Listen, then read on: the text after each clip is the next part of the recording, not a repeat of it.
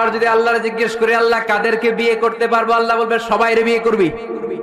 বাংলাদেশের নারীরা বিয়ে করা হালাল, পাকিস্তানের মেয়েদেরকে বিয়ে করা হালাল, সৌদি আরবের নারীদেরকে বিয়ে করা হালাল, এই বাংলাদেশের সিলেটের মেয়েদেরকে বিয়ে করা হালাল, ঢাকার মেয়েদেরকে বিয়ে করা হালাল, চট্টগ্রামের মেয়েদেরকে বিয়ে করা হালাল। হালালের কোনো শেষ নাই, সুবহানাল্লাহ পড়েন।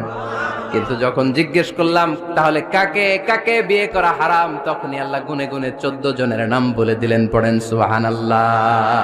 হুররিমাত আলাইকুম উম্মাহাতুকুম ওয়া বানাতুকুম ওয়া আখাওয়াতুকুম ওয়া আম্মাতুকুম ওয়া খালাতুকুম ওয়া বানাতুল আখি ওয়া বানাতুল উখত। চিল্লায় পড়েন আল্লাহু আকবার। যখন হালাল তখন ব্যাপকভাবে বললেন সব মেয়েদেরকে বিয়ে করতে পারো। মুসলিম যত নারী হয়, বাংলাদেশের হোক, পাকিস্তানের হোক, ইন্ডিয়ার হোক, গোটা বিশ্বের যে কোনো জায়গার মুসলিম নারী হলেই সেটা হালাল। কিন্তু হারাম কোনটা যখন